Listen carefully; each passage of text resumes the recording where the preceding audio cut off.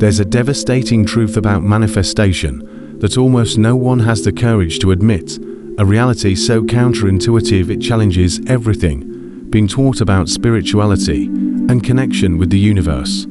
You spend hours, days, sometimes entire years searching for signs from the universe, euphorically celebrating when you see 11:11 on the clock, treasuring feathers you find on your path like sacred relics, interpreting songs on the radio as personalized divine messages about your destiny. You document every synchronicity in your journal, share every repeating number on social media, collect crystals that supposedly amplify these signs. And you know what's most deeply ironic about this whole process? You're partially right, these phenomena really can be signs. They can be genuine synchronicities emerging from the interconnected fabric of reality. But here's the paradox that will completely change your understanding of how reality works and how you interact with the field of infinite possibilities. In the overwhelming majority of cases, the more obsessively you look for signs, the more you're declaring to the quantum field, to the universe, to the reality matrix, that you still don't have what you desire. Every time you compulsively seek external confirmation, you're literally programming the universe to keep you in a perpetual state of waiting. It's as if you're sending a constant cosmic email, an uninterrupted transmission saying it hasn't arrived yet. It's not mine yet. I need proof it's coming. I don't trust the process. I don't believe I deserve it. Show me I'm on the right path. And the quantum field, which responds with absolute mathematical precision to your dominant frequency, not to your occasional conscious desire, simply mirrors back that vibration of eternal waiting, that state of lack disguised as spiritual seeking. The obsessive search for signs is often the exact opposite behavior from what you should be cultivating if you really wanted to collapse desired reality into tangible experience. Think about this for a moment with brutal honesty. If you already had $1 million in your bank account, would you wake up at 5:55 a.m. waiting to see the clock hit 11:11 to make sure the money's still there? If you were living the relationship of your deepest dreams with someone who loves you unconditionally, would you need to find white feathers on your path to confirm the love is real? If your health were radiant and vibrant, would you be looking for butterflies as confirmation you're healed? The answer is obviously no, and yet, in the world of modern spiritual manifestation, millions of people do exactly this every day. They operate from a state of deep lack disguised as elevated spirituality, and then desperately wonder why reality keeps reflecting more lack, more waiting, more almost but not quite. Before we continue exploring these transformative truths, if this message is resonating with something deep and even uncomfortable within you, if you feel like someone is finally courageously addressing why your manifestations seem to take so long or never fully materialize, subscribe to the channel now and hit the notification bell. Because what I'm about to reveal in the next few minutes isn't just abstract theory or recycled New Age philosophy. It's a revolutionary synthesis of quantum physics principles, metaphorically applied to human consciousness, combined with neuroscience discoveries about how the brain processes expectation and reward. It's literally the difference between spending decades waiting for signs from the universe like a spiritual beggar and finally becoming the living, pulsating signal that the field of possibilities cannot and will not ignore. The fundamental problem, the root of this entire cosmic misunderstanding, is that we've been conditioned from our earliest moments of childhood consciousness to seek external validation as a measure of reality and success. Grades in school determining our worth, parental approval defining our sense of identity, social media likes validating our existence, work promotions confirming our progress. We've thus created a neurological pattern, so deeply rooted it's become our default programming. I can only be absolutely certain of something when I see tangible, measurable, externally observable proof. So when we enter the world of manifestation and spirituality, we tragically carry this same limiting programming and transform the infinite universe into yet another paternalistic external authority, from which we desperately need constant approval and confirmation. That's why you see people who know all the manifestation concepts, have read all of Neville Goddard's books, watched all of Abraham Hicks' talks, practice visualization daily, make elaborate vision boards, repeat affirmations religiously, but remain stuck indefinitely in the frustrating loop of almost there. They're not truly manifesting with consistency and power. They're begging the universe for permission to receive, and that energy of supplication, that frequency of desperate need, is exactly what keeps the door to new reality hermetically locked, regardless of how many spiritual techniques they accumulate. Although quantum physics operates primarily at the subatomic level, at infinitesimally small scales that defy our everyday perception, we can use its revolutionary principles as an extraordinarily powerful metaphor for understanding how our consciousness dynamically interacts with the field of infinite possibilities that some call the quantum field, others the divine matrix, and still others the universal mind. At the fundamental quantum level, before a particle collapses into a specific observable form, it exists in superposition, a paradoxical state where multiple possibilities coexist simultaneously, where Schrödinger's cat is both alive and dead at the same time, where the electron passes through both slits in the double-slit experiment. It's only when there's conscious observation, an act of measurement, that the probability wave dramatically collapses into a specific, singular reality.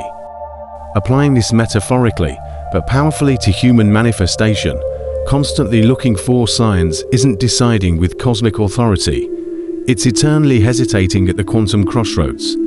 It's being paralyzed at the threshold between infinite possible realities, sending a confused and contradictory signal to your own deep psyche and, by extension, to the morphogenetic field that responds to your dominant thought patterns.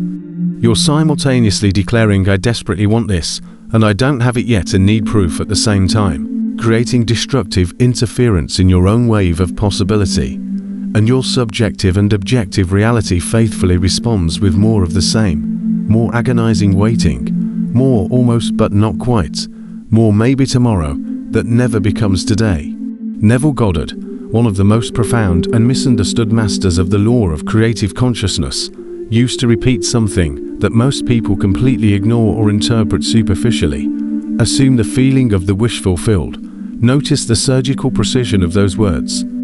He didn't say look for signs, it's on the way, or wait for confirmations from the universe, or watch for synchronicities that validate your desire. He knew, through decades of personal experimentation and meticulous observation, that assumption itself, when maintained consistently with unshakable conviction, completely reorganizes our neurological perception and behavior in ways that naturally and inevitably attract corresponding circumstances. But this requires such a profound and fundamental shift in how you relate to reality that most people infinitely prefer to continue in the familiar comfort of perpetual waiting, because waiting is known, waiting is safe, waiting doesn't demand that you change who you are at the most fundamental level of identity. And here's something that will sound completely counterintuitive to your conditioned mind. The apparent absence of external signs can often be the most powerful indicator that you're finally aligned with your manifestation. When you stop constantly seeing repeating numbers everywhere, when obvious and dramatic synchronicities diminish or cease completely, when feathers stop magically appearing on your path, it may be that you've finally transcended the mode of anxious, desperate seeking and entered a state of deep, unshakable trust. Picture this clearly. When you really, truly, viscerally trust something or someone, you naturally stop looking for constant, obsessive confirmations. The field of infinite possibilities, whether understood through the lens of depth psychology, metaphorical quantum physics, or mystical spirituality, responds dramatically differently to someone who is in deep peace with the process versus someone desperate and hungry for proof and validation. Modern neuroscience, with its sophisticated neuroimaging tools and biochemical analysis, offers us absolutely fascinating insights that complement and validate these ancient ideas in surprising ways. When you obsessively look for signs, constantly scanning your environment for confirmations, your brain activates specific, measurable circuits in the dorsolateral prefrontal cortex and limbic system, particularly the amygdala, which can keep you trapped in a mode of hypervigilance and constant threat. Joe Dispenza has meticulously mapped this in his revolutionary studies on survival versus creation states, demonstrating through EEGs and functional MR is how these different states create completely distinct neurological signatures. Your body, in its evolutionary wisdom of millions of years, can't adequately distinguish between a real predator threat on the savannah and the modern psychological anxiety of not having what you desire. So it responds by releasing the same archaic stress chemicals, chronically elevated cortisol, that literally shrinks the hippocampus responsible for memory and learning, adrenaline that unnecessarily accelerates your heart when you see a possible sign, norepinephrine that sharpens your attention, but also increases your anxiety. This creates a toxic and addictive biochemical cocktail that keeps you perpetually vibrating at the frequency of desperate seeking, not satisfied realization. And here's the absolutely crucial point that most people miss. If we believe, as both ancient traditions and modern field theories suggest, that the universe or quantum field primarily responds to our dominant electromagnetic frequency emanated by heart and brain together, then what matters isn't just what you consciously want during your 5 minutes of morning visualization, but the predominant biochemical and electromagnetic state of your nervous system during the other 23 hours and 55 minutes of the day. There's something even deeper and more disturbing happening at the neurological level that explains why so many people get stuck in this infinite loop. Every time you see a repeating number, like 1111 or 444, every time you find a white feather or hear your song on the radio, your brain releases a small but significant dose of dopamine, the primary neurotransmitter of the reward system that evolved to keep us alive by rewarding survival behaviors. Like any intermittent reward pattern studied extensively in behavioral psychology, this can quickly become subtly but powerfully addictive, creating the same neural patterns observed in compulsive gamblers or social media addicts. You start innocently looking for one sign a day to feel connected.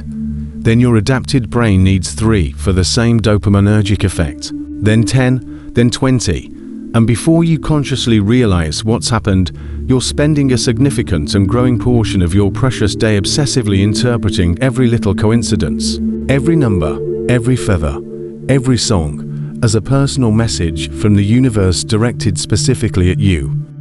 You've inadvertently developed a deep psychological and neurochemical dependency on searching for signs, always desperately needing the next dopaminergic hit to feel temporarily connected and validated, but never, ever, truly satisfied or at peace. Bruce Lipton's pioneering and sometimes controversial work on epigenetics, though not always unanimously accepted by the mainstream scientific community, offers a fascinating and potentially revolutionary perspective on how our persistent mental states can influence our biology in ways we're only beginning to understand.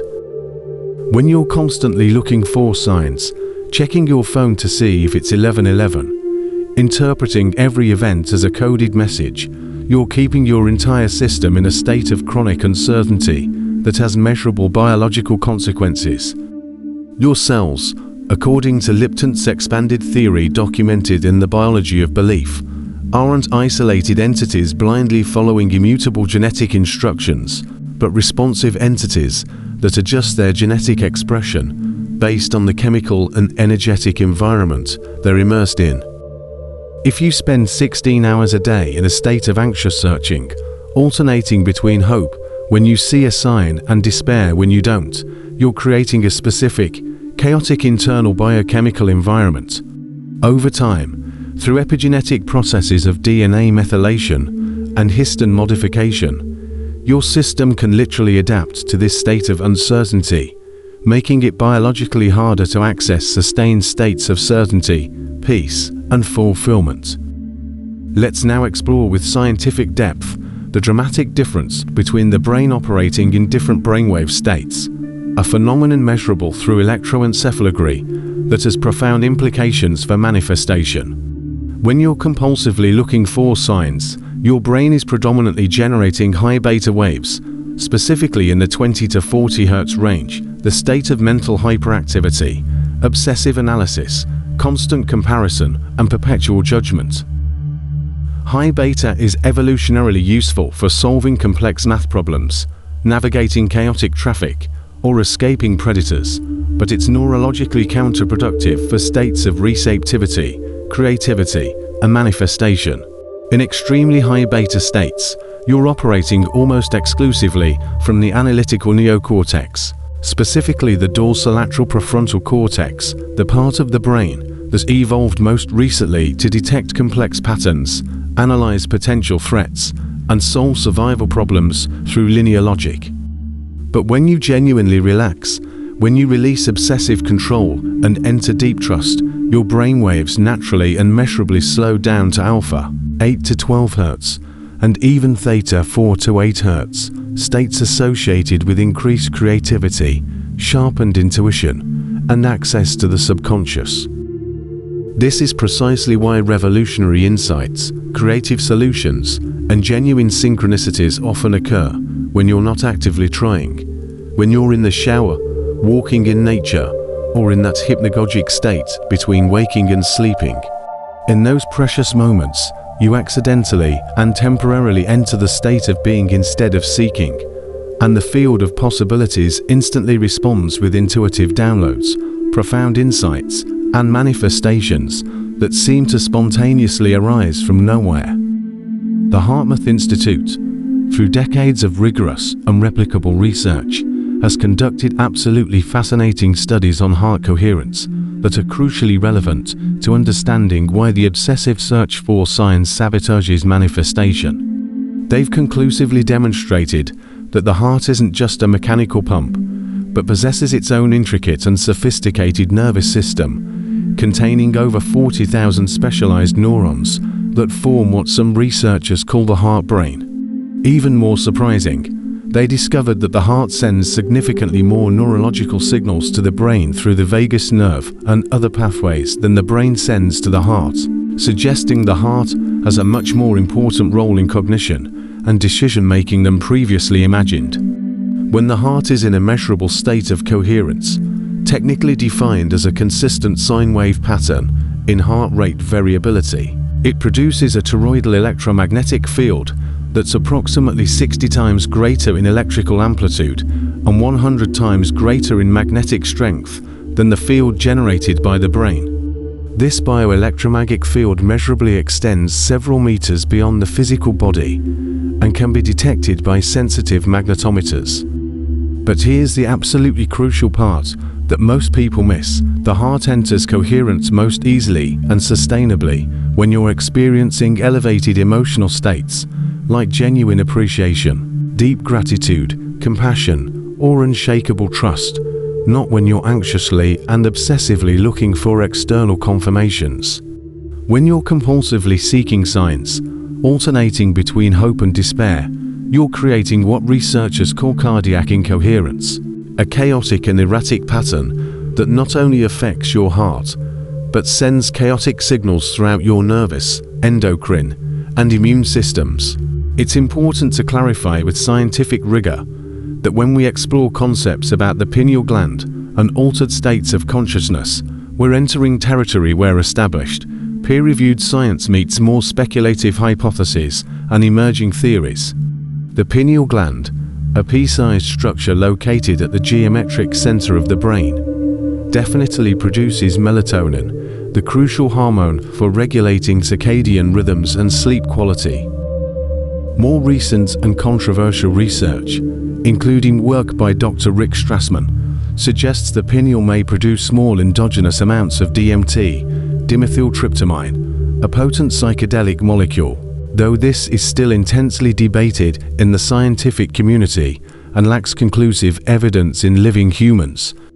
What's more solidly established through multiple studies is that states of chronic stress, excessive exposure to blue light from screens, and severely disrupted sleep patterns can significantly affect optimal pineal functioning, potentially leading to premature calcification through accumulation of calcium phosphate crystals. When you're in constant, obsessive search mode, checking your phone 4 signs before bed, waking in the middle of the night to see if it's master numbers, obsessively interpreting dreams instead of allowing natural integration. You're profoundly interfering with the natural circadian and ultradian rhythms that allow deeper states of insight, creativity, and psychological integration. Let's now explore with practical clarity a structured protocol for transcending the vicious cycle of sign seeking, a process that requires psychological courage and genuine commitment to deep inner change. The first essential step is what we can call conscious pattern interruption, a deliberate and decisive break in automatic seeking behavior. This doesn't need to be dramatic or extreme, but it needs to be absolutely intentional and maintained with compassionate discipline. Choose an initial period, maybe just a week to start, where you solemnly commit to not actively interpreting signs as personal messages.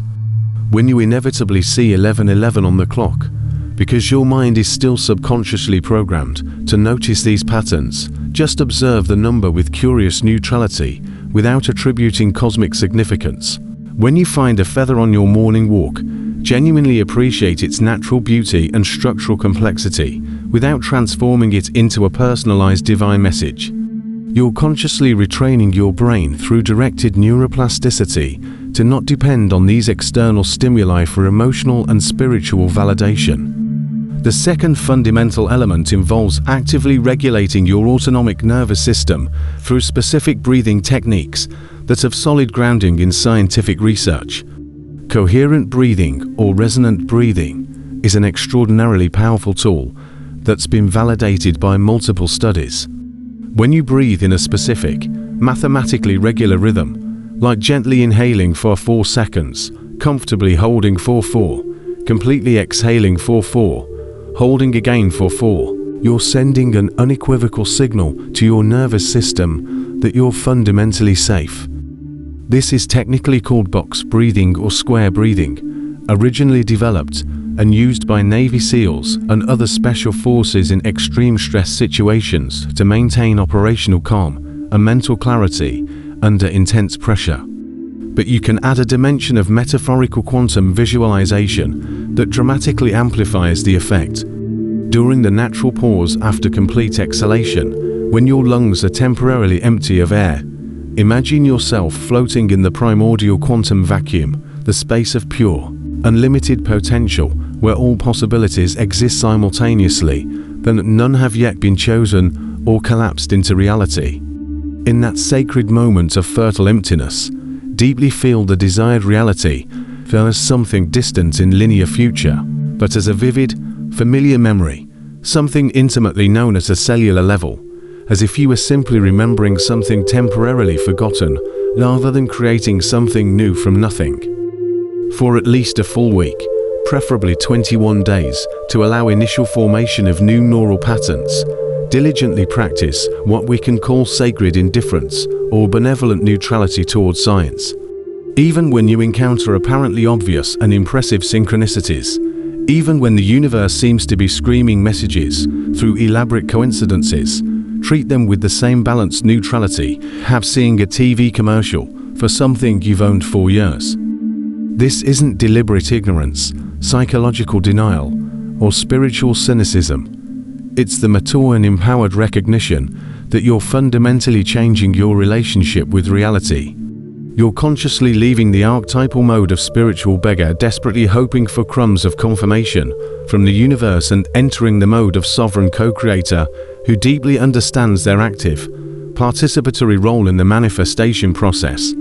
Now let's explore something quantum physics calls non-local phenomena and retrocausality, concepts that, while primarily observed in microscopic quantum systems under extremely specific laboratory conditions, offer us a fascinating and potentially transformative conceptual model for understanding conscious manifestation. The scientifically documented idea that the future can, under certain conditions, influence the present when applied psychologically and metaphorically, suggests that vividly visualizing yourself in the desired future can create what we might call strange attractors in the present, influencing your decisions, perceptions, and even coincidences in ways that transcend conventional linear causality. Every night before sleep, in that liminal state between waking and sleeping where brainwaves naturally slow to theta, do this powerful active imagination exercise. Project your consciousness 6 months into linear future and imagine with sensory richness that you're looking back retrospectively at the present moment from the elevated, wise perspective of that future self who has already completely realized the desire, who already lives the manifested reality as common everyday fact. The obsessive, desperate search for signs seems not just unnecessary, but almost comical in its futility, like a child frantically searching for their own shadow. Deeply feel the loving compassion and unshakable certainty of that future self for your present self still in the process of transformation. This creates what we can call prospective memory or future nostalgia, a profoundly powerful psychological technique for reorganizing your temporal perception and creating coherence between your present and future states. It's absolutely crucial to understand and accept that there will be significant internal resistance, sometimes even overwhelming. When you abruptly stop looking for signs after possibly years of conditioning, your rational mind, your protective ego, may enter genuine existential panic. You may temporarily experience increased anxiety, feel like you're losing your special connection to the divine, that you're being arrogant or presumptuous by not humbly seeking confirmations.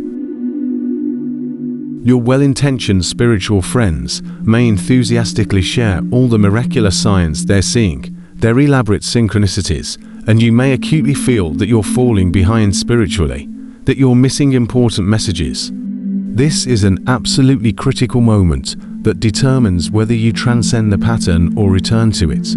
The intense psychological discomfort you feel isn't a sign you're doing something wrong or dangerous, but neurological evidence that you're breaking a deeply rooted neural pattern, possibly with decades of reinforcement.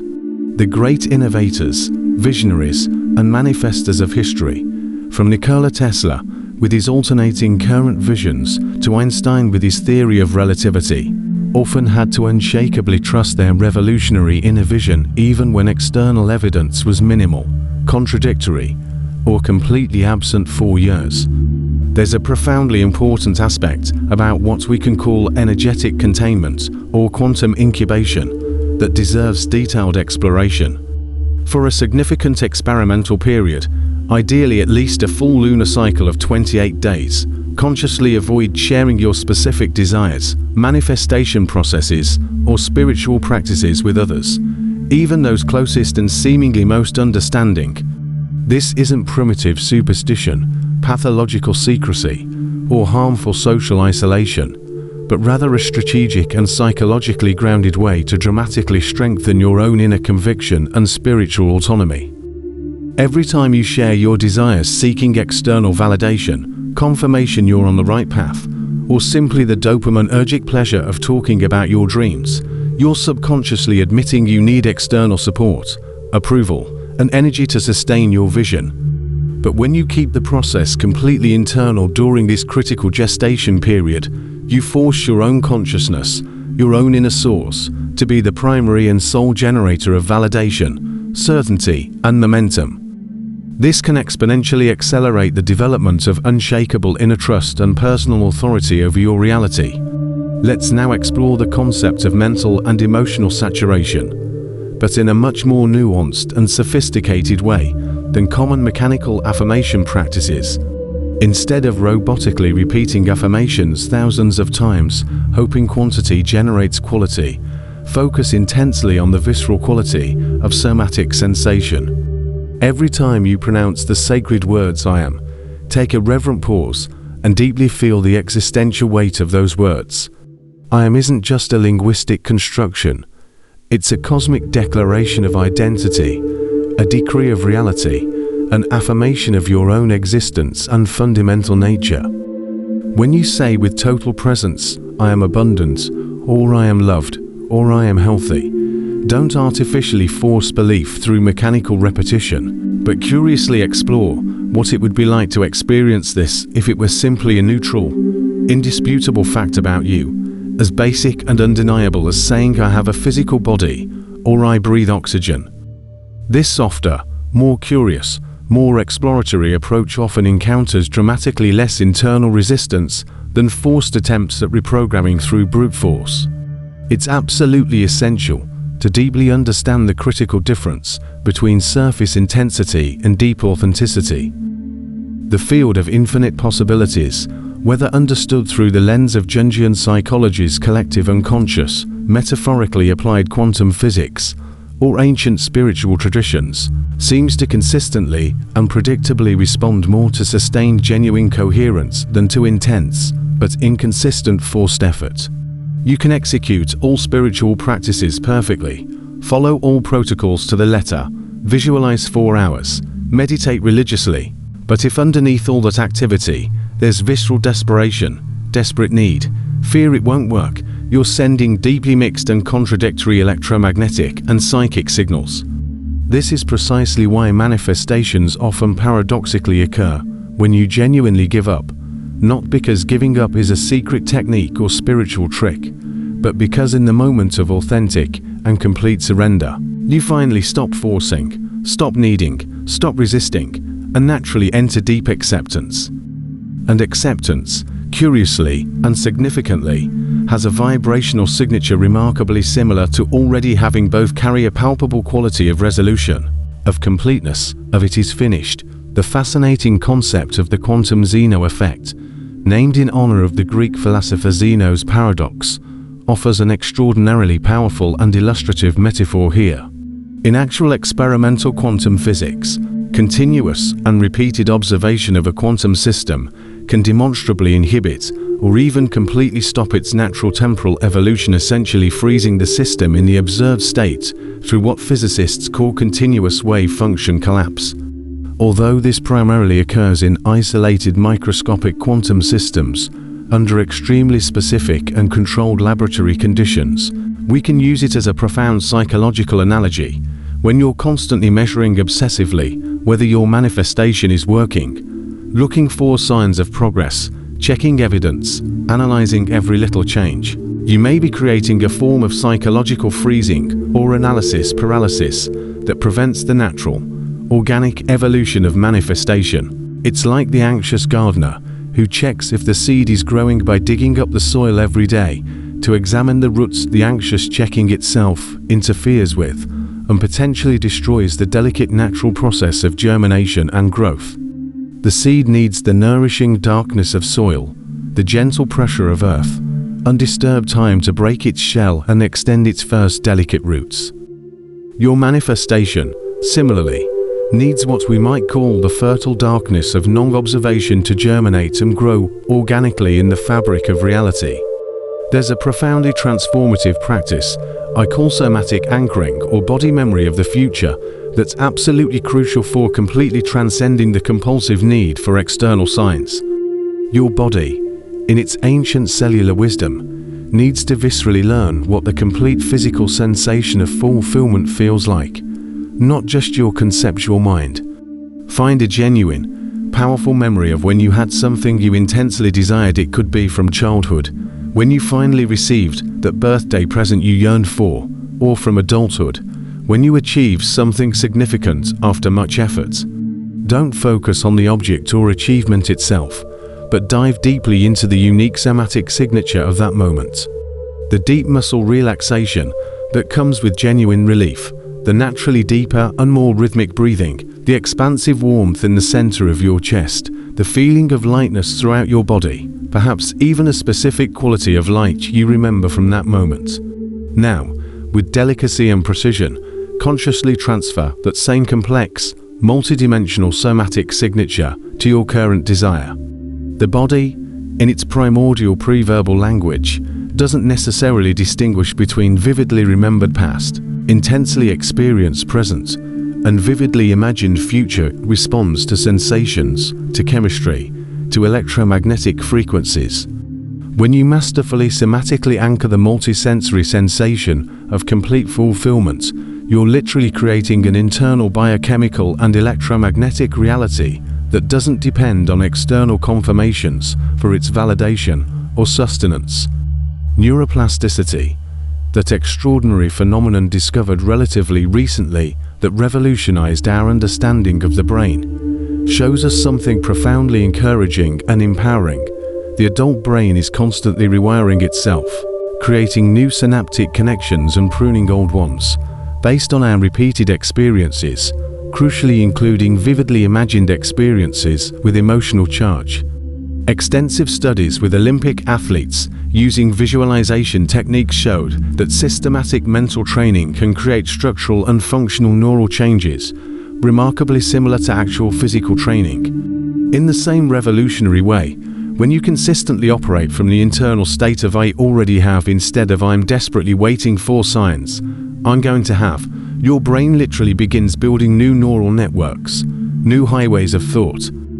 Previously dominant synapses associated with anxious seeking, lack, and need for external validation can progressively weaken through deliberate disuse, while new robust connections supporting unshakable trust, inner certainty, and deep peace strengthen through consistent use.